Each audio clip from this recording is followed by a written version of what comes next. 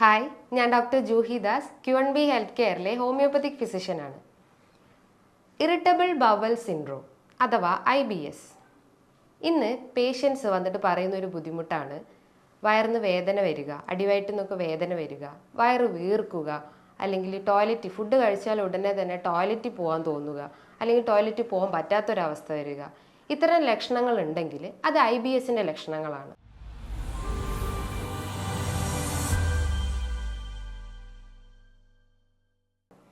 അപ്പോൾ എല്ലാവരും ഇത് നിസ്സാരമായിട്ടാണ് കാണുന്നത്. അതായത് തുടക്കത്തിൽ ഇങ്ങനത്തെ ഒരു സിംറ്റംസ് കണ്ടു കഴിഞ്ഞാൽ എല്ലാവരും നിസ്സാരമായിട്ടാണ് കാണുന്നത്. അതായത് ഒരു നോർമൽ പ്രോസസ്സ് എന്നാണ് ഉദ്ദേശിക്കുന്നത്. പക്ഷേ ഇതൊരു നിസ്സാരമായി കാണരുത്. ഈ ഒരു ബുദ്ധിമുട്ട് വന്നു കഴിഞ്ഞാൽ പല അസുഖങ്ങളിലേക്കും അത് ലീഡ് ചെയ്യാം. അതായത് Crohn's disease, ulcerative colitis, coeliac disease, ഇങ്ങനെ പല ഗട്ട് റിലേറ്റ് ചെയ്തിട്ടുള്ള അസുഖങ്ങൾ നമുക്ക് വരാം. എന്താണ് ഈ IBS അഥവാ ഇറിറ്റബിൾ ബവൽ സിൻഡ്രോം? ഇതൊരു ഫങ്ഷണൽ ഡിസോർഡറാണ്. അതായത് നമ്മളെ ഗട്ട് റിലേറ്റ് ചെയ്തിട്ടുള്ള ഒരു ഫങ്ഷണൽ ഡിസോർഡറാണ്. നമുക്കറിയാം, നമ്മൾ ഫുഡ് കഴിച്ചു കഴിഞ്ഞിട്ട് അത് അന്നനാളത്തിലെത്തുന്നു, അത് ഡൈജസ്റ്റ് ആവുന്നു, എക്സ്ക്രീറ്റ് ചെയ്യുന്നു, അബ്സോർപ്ഷൻ നടക്കുന്നു, അങ്ങനെ പല പ്രോസസ്സിൽ ഇൻവോൾവ് ആവുന്നു. അപ്പം ഈ ഒരു പ്രോസസ്സ് കൺട്രോൾ ചെയ്യുന്നത് നമ്മളെ ബ്രെയിനാണ്. ഈ ബ്രെയിനും സ്റ്റൊമക്ക്, ഇൻറ്റസ്റ്റൈൻ ഇത് തമ്മിലുള്ള ഒരു കണക്ഷൻ വരുമ്പോഴാണ് നമുക്ക് ഡൈജഷനും അബ്സോർപ്ഷനും എക്സ്ക്രീഷനും ഒക്കെ നടക്കുന്നത്. അപ്പോൾ ഈ ഒരു കണക്ഷൻ ഇംപ്രോപ്പർ ആകുമ്പോൾ, അതായത് അതിലെന്തെങ്കിലും തകരാറ് വരുമ്പോഴാണ് ഈ ഒരു ഇറിറ്റബിൾ ബവൽ സിൻഡ്രോം അഥവാ IBS ഉണ്ടാവുന്നത്. ആ ഒരു ന്യൂറൽ കോർഡിനേഷൻ അവിടെ നഷ്ടപ്പെടുന്നു, അല്ലെങ്കിൽ അവിടെ എന്തെങ്കിലും ഡാമേജ് വരുമ്പോഴാണ് ഈ ഒരു അസുഖം ഉണ്ടാവുന്നത്. അതായത് ആ ന്യൂറൽ കോർഡിനേഷൻ ആ ഒരു ഡൈജഷനെ ചിലപ്പം ദഹനത്തെ അധികമായേക്കാം. അങ്ങനെയാണ് നമുക്ക് ഡയേറിയ പോലത്തെ അസുഖങ്ങൾ, വയറിളകുന്ന അസുഖം വരുന്നത്. ഇനി ആ ഒരു ഡൈജഷൻ ഇല്ലാത്തൊരവസ്ഥ, അത് പ്രോപ്പറായിട്ട് ദഹനം നടക്കാത്തൊരവസ്ഥയാണെങ്കിൽ കോൺസ്റ്റിപ്പേഷൻ അഥവാ മലബന്ധം പോലത്തെ ബുദ്ധിമുട്ടുകൾ വരുന്നുണ്ട്. ഈ ഒരു IBS എന്നൊരു അസുഖം നിലവിൽ 6 മുതൽ 7 കോടിയോളം വരെ ആളുകളെ ബാധിച്ചിട്ടുണ്ട്. അപ്പോൾ ഈ ഒരു IBS എന്ന് പറഞ്ഞ അസുഖത്തിന് പല കാരണങ്ങളും ഉണ്ടാവും. പ്രധാനമായിട്ടും 2 കാരണങ്ങളാണ് ഇതിൽ ഉൾപ്പെട്ടിട്ടുള്ളത്: മെൻ്റൽ കോസും ഫിസിക്കൽ കോസും. മെൻ്റൽ കോസ് എന്ന് ഉദ്ദേശിക്കുന്നത് നമ്മളെ മൈൻഡ് റിലേറ്റ് ചെയ്തിട്ട്, അതായത് മനസ്സ് റിലേറ്റ് ചെയ്തിട്ട് എന്തെങ്കിലും ബുദ്ധിമുട്ടുണ്ടെങ്കിൽ, അതായത് നമുക്ക് അമിതമായിട്ടുള്ള ടെൻഷൻ, അമിതമായിട്ടുള്ള സ്ട്രെസ്സ്, അങ്ങനെ എന്തെങ്കിലും ബുദ്ധിമുട്ടുണ്ടെങ്കിൽ ഈ ഒരു IBSലേക്ക് ലീഡ് ചെയ്യാനുള്ളൊരു ചാൻസ് ഉണ്ട്. ഞാൻ പറഞ്ഞു മെൻ്റൽ കോസാണ് ഇതിൻ്റെ ഒരു പ്രധാന ഫാക്ടർ എന്ന് പറഞ്ഞു. അപ്പം നമ്മളെ ബ്രെയിൻ കഴിഞ്ഞു കഴിഞ്ഞാൽ കുറേ നെർവ് ഫൈബേഴ്സ് ഉള്ള ഒരു അവയവമാണ് നമ്മളെ സ്റ്റൊമക്ക് അല്ലെങ്കിൽ ഗട്ട്. ഇതിൽ ഉൽപ്പാദിപ്പിക്കുന്ന ഒരു കെമിക്കലാണ്, അല്ലെങ്കിൽ കെമിക്കൽ പ്രൊഡക്റ്റാണ് സെറോട്ടോണിൻ എന്നൊരു മൂഡ് കൺട്രോൾ എന്ന് പറഞ്ഞ ഹോർമോൺ. അല്ലെങ്കിൽ ആ ഒരു കെമിക്കലാണ് നമ്മളെ മൂഡിനെ കൺട്രോൾ ചെയ്യുന്നത്. അപ്പോൾ നമുക്ക് ഗട്ട് റിലേറ്റ് ചെയ്തിട്ട് എന്തെങ്കിലും ബുദ്ധിമുട്ടുണ്ടെങ്കിൽ നമ്മളെ മൂഡ് ആകെ അൺസ്റ്റേബിൾ ആവും, അതായത് മൂഡ് സ്വിങ്സ് വരാം. അങ്ങനെയാണ് ഈ ഒരു സ്ട്രെസ് അല്ലെങ്കിൽ ഈ ഒരു കൺഫ്യൂഷൻ വരുന്നതും, അല്ലെങ്കിൽ ആ ഒരു കൺഫ്യൂഷൻ കൊണ്ടാണ്, അല്ലെങ്കിൽ ആ ഒരു സ്ട്രെസ് അല്ലെങ്കിൽ ടെൻഷൻ കൊണ്ടാണ് നമുക്ക് ഈ ഒരു ഡയേറിയ അല്ലെങ്കിൽ കോൺസ്റ്റിപ്പേഷൻ അല്ലെങ്കിൽ മലബന്ധം പോലത്തെ അസുഖങ്ങൾ വരുന്നത്. അപ്പോൾ നമ്മൾ ഈ ഒരു സ്ട്രെസ് അല്ലെങ്കിൽ ആ ഒരു ടെൻഷനെ കഴിവതും കൺട്രോൾ ചെയ്യാൻ നോക്കുക. അങ്ങനെയെങ്കിൽ നമ്മൾ ആ ഒരു ഗട്ടും അല്ലെങ്കിൽ ആ ഒരു മൈൻഡും കറക്റ്റ് കോർഡിനേഷൻ വരുള്ളൂ. നമ്മൾ ഈ ഒരു ഇൻറ്റസ്റ്റൈൻസിന് അല്ലെങ്കിൽ ഈ ഒരു അന്നനാളത്തിന്, ഈ ഒരു കുടലിനൊക്കെ ഒരു നോർമൽ മൂവ്മെൻറ്റ്, ഒരു പെരിസ്റ്റാൽറ്റിക് മൂവ്മെൻറ്റ് ഉണ്ട്. അതായത് നമ്മൾ കഴിച്ച് ആ ഒരു ഫുഡ് ഡൈജസ്റ്റ് ചെയ്യുന്ന ആ ഒരു മൂവ്മെൻറ്റ്സ് ആണ് പെരിസ്റ്റാൽറ്റിക് മൂവ്മെൻറ്റ് എന്ന് പറയുക. അത് ഏകദേശം ഒരു 8 മുതൽ 9 സെക്കൻഡ്സ് വരെയാണ് ആ ഒരു ടൈം പീരീഡ് പറയുന്നത്. അപ്പോൾ ആ ഒരു പെരിസ്റ്റാൽറ്റിക്, ആ ഒരു വേവ് ലൈക്ക് മൂവ്മെൻറ്റ് അധികമാവുമ്പോൾ, ആ ഒരു ഗട്ടിൻ്റെ അകത്ത് ആ ഒരു മൂവ്മെൻറ്റ്സ് അധികമാവുമ്പോഴും അല്ലെങ്കിൽ അത് കുറയുമ്പോഴാണ് നമുക്ക് ഈ ഒരു സിംറ്റംസ് ഒക്കെ ഡെവലപ്പ് ചെയ്യുന്നത്. പ്രധാനമായിട്ടും ഞാൻ സിംറ്റംസ് പറഞ്ഞു, കോൺസ്റ്റിപ്പേഷൻ അല്ലെങ്കിൽ ഡയേറിയ പോലത്തെ സിംറ്റംസ് ഉണ്ടാവാം. ഇത് കൂടാതെ തന്നെ നമുക്ക് മറ്റ് ബുദ്ധിമുട്ട് എന്ന് പറഞ്ഞു കഴിഞ്ഞാൽ വയറിന് വേദന വരാം. ഫുഡ് കഴിച്ചാൽ ഉടനെ തന്നെ വേദന വരാം, അല്ലെങ്കിൽ വയറ് നിറഞ്ഞിരിക്കുന്ന പോലെ, അല്ലെങ്കിൽ ഒരു ബ്ലോട്ടിങ് ഫീലിംഗ് വരാം, അല്ലെങ്കിൽ ഇടയ്ക്കിടയ്ക്ക് ടോയ്ലറ്റിൽ പോകാൻ തോന്നുക. എന്ന് വെച്ചാൽ ഒരു കണ്ടിന്യൂസ് ആയിട്ട് ഫുഡ് കഴിച്ച് അപ്പം തന്നെ ടോയ്ലറ്റിൽ പോകാനുള്ള ഒരു ടെൻഡൻസി വരിക, അല്ലെങ്കിൽ നമുക്ക് മൈൻഡിൽ ഇങ്ങനെ തോന്നും ടോയ്ലറ്റിൽ പോകാനുള്ള ഒരു ശങ്ക പോലെ ഫീൽ ചെയ്യുന്നു, അല്ലെങ്കിൽ മലബന്ധം പോലത്തെ ബുദ്ധിമുട്ടുകൾ വരുന്നു, അതായത് ടോയ്ലറ്റിൽ പോകാൻ പറ്റാത്തൊരവസ്ഥ വരുന്നു. അങ്ങനെ മലബന്ധം പോലത്തെ ബുദ്ധിമുട്ട് വന്നു കഴിഞ്ഞാൽ നമ്മൾ സ്ട്രെയിൻ ചെയ്യും. ടോയ്ലറ്റിൽ പോകുമ്പോൾ കൂടുതലായിട്ട് സ്ട്രെയിൻ ചെയ്യുമ്പം നമുക്ക് ബ്ലീഡിങ് വരാം, അതായത് മലാശയത്തിന് ചുറ്റും ബ്ലീഡിങ് വരാം. അങ്ങനെ ഫിഷർ അല്ലെങ്കിൽ ഫിസ്റ്റുല അല്ലെങ്കിൽ ഹെമറോയിഡ് പോലത്തെ അസുഖങ്ങളിലേക്കും ലീഡ് ചെയ്യാം. ഇത്തരം ലക്ഷണങ്ങൾ നമ്മൾ കണ്ടു കഴിഞ്ഞാൽ സ്റ്റാർട്ടിങ്ങിൽ തന്നെ നമ്മൾ അതിനൊരു ട്രീറ്റ്മെൻറ്റ്, അതായത് ഡോക്ടറെ കൺസൾട്ട് ചെയ്തിട്ട് അതിന് പ്രോപ്പർ ട്രീറ്റ്മെൻറ്റും അതിനനുസരിച്ചുള്ള ഡയറ്റും നമ്മൾ ഫോളോ ചെയ്യണം. ഇനി ഫിസിക്കൽ കോസ് എന്ന് പറഞ്ഞു കഴിഞ്ഞാൽ നമ്മൾ കഴിക്കുന്ന ഭക്ഷണം, അതായത് ഡയറ്റ്, ഫുഡ് ഐറ്റംസിൽ വരുന്ന വ്യതിയാനങ്ങൾ കൊണ്ടാണ് ഈ IBSൻ്റെ ഒരു പ്രധാന കാരണം. ഡയറ്റ് എന്നത് ഉദ്ദേശിക്കുന്നത് പ്രോസസ്ഡ് ഫുഡ് അല്ലെങ്കിൽ junk food, spicy food items ഒക്കെ കൂടുതലായിട്ടും എടുക്കുക. അതായത് പിസ്സ, ബർഗർ, കൂൾ ഡ്രിങ്ക്സ്, അതായത് കൊക്കക്കോള, പെപ്സി, 7up ഇത്തരം കൂൾ ഡ്രിങ്ക്സും അല്ലെങ്കിൽ ഇത്തരം ജങ്ക് ഫുഡൊക്കെ കൂടുതലായിട്ട് നമ്മൾ എടുക്കുകയാണെങ്കിൽ IBS വരാനുള്ള ഒരു ചാൻസ് ഉണ്ട്. പിന്നെ നമ്മൾ കൂടുതലായിട്ടും കോഫി അല്ലെങ്കിൽ ടീ ഒക്കെ കൂടുതലായിട്ട് എടുക്കുകയാണെങ്കിലും ഈ ഒരു IBS വരാനുള്ള ഒരു ചാൻസ് ഉണ്ട്.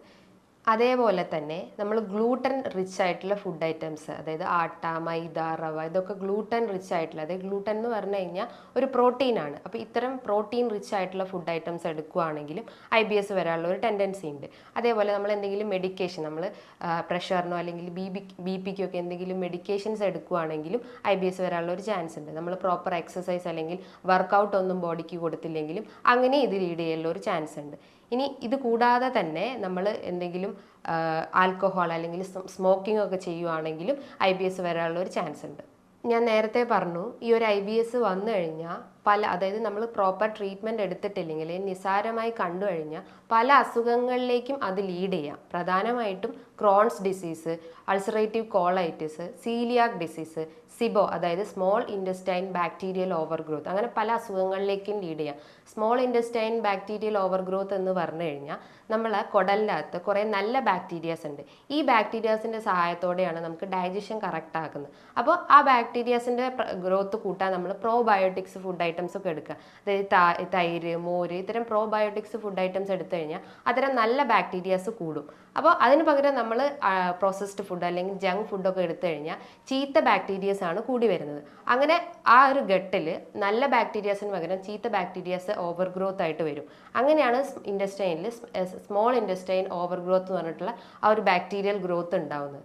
അപ്പം ആ ഒരു IBS ഉണ്ടെങ്കിൽ ഈ ഒരു സിബോ എന്ന് പറഞ്ഞ കണ്ടീഷനിലേക്കും ലീഡ് ചെയ്യും. പിന്നെ മറ്റ് അസുഖങ്ങൾ ഞാൻ പറഞ്ഞു, അൾസറേറ്റീവ് കോളൈറ്റിസും ക്രോൺസ് ഡിസീസും. ഇതെന്ന് പറഞ്ഞു കഴിഞ്ഞാൽ കുടലിനുണ്ടാവുന്ന ഒരു നീർക്കെട്ടാണ് അല്ലെങ്കിൽ ഒരു ഇൻഫ്ലമേഷനാണ്. അതുമൂലം നമുക്ക് നെഞ്ചരിച്ചിൽ അല്ലെങ്കിൽ വയറിൽ പുകച്ചിൽ പോലെ തോന്നുക, ഇടയ്ക്കിടയ്ക്ക് ടോയ്ലറ്റിൽ പോകാൻ തോന്നുക, വയറിന് വേദന വരിക അല്ലെങ്കിൽ വയറ് വീർക്കുക, വെയിറ്റ് കുറയുക, അമിതമായിട്ടുള്ള ക്ഷീണം, ഇത്തരം ലക്ഷണങ്ങൾ ഉണ്ടെങ്കിൽ ഈ ഒരു ഇൻഫ്ലമേറ്ററി ഡിസീസ്, അതായത് സീലിയാക് ഡിസീസ്, ക്രോൺസ് ഡിസീസ് പോലത്തെ അസുഖങ്ങളുണ്ടെന്ന് മനസ്സിലാക്കാം. ഇതോടൊപ്പം തന്നെ വരുന്ന ഒരു അസുഖമാണ് സീലിയാക് ഡിസീസ്. സീലിയാക് ഡിസീസ് എന്ന് പറഞ്ഞാൽ ഗ്ലൂട്ടൻ അലർജിക് ആയിട്ടുള്ള ഒരു അസുഖമാണ് സീലിയാക്. അതായത് ആട്ട, മൈദ, റവ പോലത്തെ ഗ്ലൂട്ടൻ റിച്ച് ഫുഡ് ഐറ്റംസ് നമ്മൾ അധികമായിട്ട് എടുക്കുകയാണെങ്കിൽ ഈ പറഞ്ഞിട്ടുള്ള സിംറ്റംസ് ഒക്കെ കാണിക്കുന്നതാണ്. ഈ ഒരു IBSന്റെ പ്രധാന ലക്ഷണങ്ങൾ ഞാൻ നേരത്തെ പറഞ്ഞു, എന്നാൽ ഒന്നും കൂടി സൂചിപ്പിക്കുകയാണ്. പ്രധാനമായിട്ടുള്ള ലക്ഷണങ്ങളാണ് അമിതമായിട്ടുള്ള നമുക്ക് ക്ഷീണം വരിക, ഒരു ബലഹീനത, പിന്നെ വെയിറ്റ് കുറയുക. നമ്മൾ എത്ര ഫുഡ് കഴിച്ചു കഴിഞ്ഞാലും നമുക്ക് വെയിറ്റ് കുറയുന്ന ഒരവസ്ഥ വരുന്നു. അതേപോലെ തന്നെ കോൺസ്റ്റിപ്പേഷൻ, മലബന്ധം, വയറ്റിൽ നിന്ന് പോകാത്തൊരവസ്ഥ വരുന്നു. അതുമൂലം നമുക്ക് ഫിഷർ, അതായത് മലദ്വാരത്തിന് ചുറ്റും ഒരു മുറിവ് പോലെ വരുന്നു. അങ്ങനെ ബ്ലീഡിങ്ങിലേക്ക് അത് ലീഡ് ചെയ്യുന്നു. ഹെമറോയിഡ്സ്, ഫിസ്റ്റുല, അങ്ങനെ പല അസുഖങ്ങളും ഈ കോൺസ്റ്റിപ്പേഷൻ നിന്ന് തന്നെ വരുന്നു. അതേപോലെ നമുക്ക് വരുന്നതാണ് ഡയേറിയ. അത് ഇടയ്ക്കിടയ്ക്ക് ടോയ്ലറ്റിൽ പോകാനുള്ള ഒരു ടെൻഡൻസി വരിക. അത് 20-30 വട്ടമൊക്കെ കുറേ വട്ടം പോകാനുള്ള ഒരു ടെൻഡൻസി വരുന്നു. വയറിൽ നിന്ന് വേദന വരുന്നു. അതേപോലെ തന്നെ നമുക്ക് വയറ് വീർക്കുന്ന പോലെ തോന്നുന്നു. ഒരു കുറച്ച് ഫുഡ് കഴിച്ചാൽ തന്നെ വയറ് വീർക്കുന്ന പോലെ തോന്നുന്നു. അല്ലെങ്കിൽ ഒരു വയറ് ഫുൾനെസ് അല്ലെങ്കിൽ ഗ്യാസ് കയറിയ ഒരു അവസ്ഥ വരുന്നു. ഇത്തരം ലക്ഷണങ്ങൾ ഉണ്ടെങ്കിൽ ഇതൊരു IBSന്റെ ലക്ഷണമാണെന്ന് നമുക്ക് മനസ്സിലാക്കാം. അപ്പോൾ ഇത്തരം ലക്ഷണങ്ങൾ ഉണ്ടെങ്കിൽ നമ്മൾ ഒരിക്കലും ഇത് നിസ്സാരമായി കാണരുത്. എത്രയും പെട്ടെന്ന് തന്നെ ഒരു ഡോക്ടറെ കാണിക്കണം. എന്നിട്ട് അതിനനുസരിച്ചുള്ള മെഡിസിൻസ് എടുക്കണം. അതേപോലെ ഈ IBS ചില ഫുഡ് അലർജിക്ക്, അതായത് എന്തെങ്കിലും ഫുഡിനോട് അലർജി ഉള്ള ആളുകൾക്കും IBS വരാം. അപ്പോൾ അത്തരം ആളുകൾ നമ്മൾ ബ്ലഡ് ടെസ്റ്റ് ചെയ്ത് കഴിഞ്ഞാൽ IgE, അതായത് അലർജി ടെസ്റ്റാണ്. ഈ IgE ടെസ്റ്റ് ചെയ്ത് കഴിഞ്ഞാൽ നമുക്ക് എന്തെങ്കിലും ബോഡി അലർജിക് ആണോ എന്ന് മനസ്സിലാക്കാം. ഈ IBSന് നോർമലി ടെസ്റ്റുകളൊന്നും ഇല്ല, അതായത് ഒരു ഡയഗ്നോസ് ചെയ്യുന്ന ഒരു ടെസ്റ്റുകളില്ല.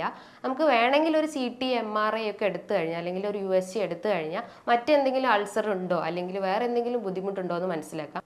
യൂഷ്വലി ഈ ഒരു IBSന് നമുക്ക് ബ്ലഡ് ടെസ്റ്റോ അല്ലെങ്കിൽ മറ്റ് സ്കാനിങ്ങോ ഒന്നും ചെയ്യേണ്ട ആവശ്യമില്ല. കാരണം അതിലൂടെ ഒന്നും നമുക്ക് മനസ്സിലാക്കാൻ സാധിക്കുന്നതല്ല. ബിക്കോസ് ഇതൊരു മൈൻഡ് റിലേറ്റ് ചെയ്തിട്ട്, അതായത് മെയിൻ കോസ് ഞാൻ നേരത്തെ പറഞ്ഞു ഒരു മെൻ്റൽ കോസാണെന്ന് പറഞ്ഞു. 80% നമ്മളെ മൈൻഡ് റിലേറ്റ് ചെയ്തിട്ടുള്ള ബുദ്ധിമുട്ടാണ് ഇത് വന്നിട്ടുള്ളത്. അപ്പോൾ അതുകൊണ്ടാണ് ഈ ഒരു IBS വരുന്നത്. അപ്പം ഈ ഒരു ടെസ്റ്റിലൂടെ ഒന്നും നമുക്ക് അതിൻ്റെ ഒരു എന്താണ് അതിൻ്റെ ഇൻറ്റൻസിറ്റി എന്താണെന്ന് മനസ്സിലാക്കാൻ സാധിക്കില്ല. ഒരു ടെസ്റ്റ് ചെയ്ത് കഴിഞ്ഞാൽ മറ്റെന്തെങ്കിലും അൾസറോ അല്ലെങ്കിൽ വേറെ എന്തെങ്കിലും ഫിഷറോ അല്ലെങ്കിൽ വേറെ എന്തെങ്കിലും പോളിപ്പോ അങ്ങനെ എന്തെങ്കിലും ബുദ്ധിമുട്ടുണ്ടെങ്കിൽ ആ ഒരു ടെസ്റ്റിലൂടെ അങ്ങനെ മനസ്സിലാക്കാൻ പറ്റും. അതായത് നമുക്ക് വയറിൻ്റെ എന്തെങ്കിലും സ്കാനിങ്ങോ അല്ലെങ്കിൽ MRI ഒക്കെ എടുത്തു കഴിഞ്ഞാൽ വേറെ എന്തെങ്കിലും ബുദ്ധിമുട്ടുണ്ടോ എന്ന് അറിയാൻ പറ്റും. ഈ ഒരു IBSന് എന്തൊക്കെയാണ് ഡയറ്ററി മാനേജ്മെൻറ്റ് എന്ന് നോക്കാം. നമ്മൾ ഒഴിവാക്കേണ്ട കാര്യങ്ങൾ ഞാൻ നേരത്തെ പറഞ്ഞു. സ്പൈസി ഫുഡ്, അല്ലെങ്കിൽ ജങ്ക് ഫുഡ്, പ്രോസസ്ഡ് ഫുഡ്, അതായത് പിസ്സ, ബർഗർ, അല്ലെങ്കിൽ എന്തെങ്കിലും ഫാസ്റ്റ് ഫുഡ് ഐറ്റംസ് ഉള്ള ബിരിയാണി, അല്ലെങ്കിൽ സോഫ്റ്റ് ഡ്രിങ്ക്സ് ആയിട്ടുള്ള Coca Cola, Pepsi, 7up, cool drinks ഒക്കെ ഉണ്ടെങ്കിൽ അത് ഒഴിവാക്കാൻ നോക്കുക. അതേപോലെ തന്നെ നമ്മൾ ഓവർ മസാലാസ് ചേർക്കുന്ന ഫുഡ്സ് ഉണ്ടെങ്കിൽ അത് ഒഴിവാക്കിയിട്ട് മസാലയൊക്കെ കുറച്ചിട്ട് നോർമൽ രീതിയിൽ കുക്ക് ചെയ്ത് കൊണ്ടുവരാൻ നോക്കുക. അതേപോലെ നമ്മൾ ഒഴിവാക്കേണ്ടതാണ് ഓട്സ് അല്ലെങ്കിൽ കാബേജ്, ബ്രോക്കോളി ഒക്കെ ഉണ്ടെങ്കിൽ അത് ഒഴിവാക്കിയിട്ട് പകരം വേറെ വെജിറ്റബിൾസ് ഇൻക്ലൂഡ് ചെയ്യാം. ക്യാരറ്റ്, ബീട്രൂട്ട് ഒക്കെ ഇൻക്ലൂഡ് ചെയ്യാൻ നോക്കുക. അതേപോലെ പ്രോബയോട്ടിക്സ് ഫുഡ് ഐറ്റംസ് ഉണ്ടെങ്കിൽ അത് കൂടുതലായിട്ട് ഉൾപ്പെടുത്താൻ നോക്കുക. അതായത് തൈര്, മോര്, യോഗേർട്ടൊക്കെ ഉണ്ടെങ്കിൽ അത് ഉൾപ്പെടുത്താൻ നോക്കുക. അതേപോലെ പ്രധാനമായിട്ട് ഒഴിവാക്കേണ്ട ഒന്നാണ് ചായയും കാപ്പിയും. അതായത് ചായയും കാപ്പിയും കൂടുതലായിട്ട് എടുക്കുന്ന, അതായത് വെറും വയറ്റിലൊക്കെ ചായയും കാപ്പിയും കൂടുതലായിട്ട് എടുക്കുന്ന ആളുകളാണെങ്കിൽ പകരം വെറും വയറ്റിൽ ഒരു ഗ്ലാസ് വെള്ളം കുടിക്കുക. അപ്പം നമ്മളെ ഡൈജഷൻ കുറച്ചുകൂടി കറക്റ്റ് ആവുകയും ടോക്സിൻസ് ഒക്കെ റിമൂവ് ചെയ്ത് നമ്മളെ ഹെൽത്തി ആക്കാൻ ശ്രമിക്കും. അതേപോലെ നമ്മൾ ഒഴിവാക്കേണ്ട ഒരു ഭക്ഷണമാണ് ക്രൂസിഫറസ് വെജിറ്റബിൾസ് ഉണ്ടെങ്കിൽ, ക്യാബേജ് ഐറ്റംസ് ഉണ്ടെങ്കിൽ അത് ഒഴിവാക്കാൻ നോക്കുക. അതേപോലെ ഗ്ലൂട്ടൻ റിച്ച് ആയിട്ടുള്ള ആട്ട, മൈദ, റവ അല്ലെങ്കിൽ മറ്റ് വീറ്റ് ഐറ്റംസ് ഒക്കെ ഉണ്ടെങ്കിൽ, ബ്രെഡ് അതൊക്കെ ഉണ്ടെങ്കിൽ ഒഴിവാക്കാൻ നോക്കുക. പകരം നമ്മൾ പ്രോട്ടീൻ റിച്ച് ആയിട്ടുള്ള ഫുഡ് ഐറ്റംസ് എടുക്കുക. നിങ്ങൾ ഫിഷ് നന്നായി കഴിക്കുക. ഫിഷിൻ്റെ അകത്ത് കൂടുതലായിട്ട് omega-3 ഫാറ്റി ആസിഡ്സ് ഉണ്ട്. അതേപോലെ ചിക്കൻ്റെ അകത്ത് ഒഴിവാക്കേണ്ടതാണ് red meat, pork, beef, mutton അതൊക്കെ ഉണ്ടെങ്കിൽ ഒഴിവാക്കാൻ നോക്കുക. അതേപോലെ തന്നെ 2-3 കോഴിമുട്ട കഴിക്കുന്നതുകൊണ്ടും കുഴപ്പമില്ല. അതൊരു പ്രോട്ടീൻ റിച്ച് ആയിട്ടുള്ള ഫുഡാണ്. അത് ഡെയിലി കഴിക്കുന്നതുകൊണ്ടും കുഴപ്പമൊന്നുമില്ല. ഇതൊക്കെയാണ് ഡയറ്ററി പാറ്റേൺസ്. ഇനി ഇതോടൊപ്പം തന്നെ നമ്മൾ ഒരു വർക്കൗട്ട് അല്ലെങ്കിൽ യോഗ, മെഡിറ്റേഷൻസ് ഒക്കെ മെയിൻറ്റെയിൻ ചെയ്യുക. യോഗ, മെഡിറ്റേഷൻ എന്ന് പറയുമ്പോൾ ബ്രീത്തിങ് എക്സസൈസ് ചെയ്യുക. അതൊരു 5 to 10 മിനിറ്റ്സ് ഒക്കെ ബ്രീത്തിങ് എക്സസൈസ് ഒക്കെ ചെയ്യുക. അപ്പോൾ നമ്മളെ ആ ഒരു മെൻ്റൽ ടെൻഷൻ അല്ലെങ്കിൽ സ്ട്രെസ്സ് കഴിവതും കുറയ്ക്കാൻ പറ്റുന്നതാണ്. ഇത്തരം ഡയറ്ററി പാറ്റേൺസും അല്ലെങ്കിൽ മെഡിറ്റേഷൻസ് അല്ലെങ്കിൽ എക്സസൈസ് ഒക്കെ പ്രോപ്പറായിട്ട് ഫോളോ ചെയ്യാൻ ശ്രമിക്കുക. ഇതൊക്കെ പ്രോപ്പറായിട്ട് ഫോളോ ചെയ്ത് കഴിഞ്ഞാൽ നമുക്ക് ഈ ഒരു IBSനെ തടഞ്ഞു നിർത്താവുന്നതാണ്. ബിക്കോസ് അതൊരു ഗട്ട് അല്ലെങ്കിൽ മൈൻഡ് റിലേറ്റ് ചെയ്തിട്ടുള്ള, പ്രധാനമായിട്ടും മൈൻഡ് റിലേറ്റ് ചെയ്തിട്ടുള്ള അസുഖമാണ് ഞാൻ നേരത്തെ പറഞ്ഞു. അപ്പോൾ ഈ ഒരു മെഡിറ്റേഷൻ അല്ലെങ്കിൽ ഡയറ്റൊക്കെ കൂടുതലായിട്ട് ഫോളോ ചെയ്ത് കഴിഞ്ഞാൽ ഈ ഒരു അസുഖത്തിനെ നമുക്ക് പൂർണ്ണമായിട്ടും മാറ്റിയെടുക്കാൻ പറ്റുന്നതാണ്. ഇതുമായി ബന്ധപ്പെട്ട് എന്തെങ്കിലും സംശയങ്ങൾ ഉണ്ടെങ്കിൽ താഴെ കാണുന്ന നമ്പറിൽ കോൺടാക്റ്റ് ചെയ്യാവുന്നതാണ്. ഇനിയും മറ്റൊരു വീഡിയോയുമായി വീണ്ടും കാണാം. Thank you.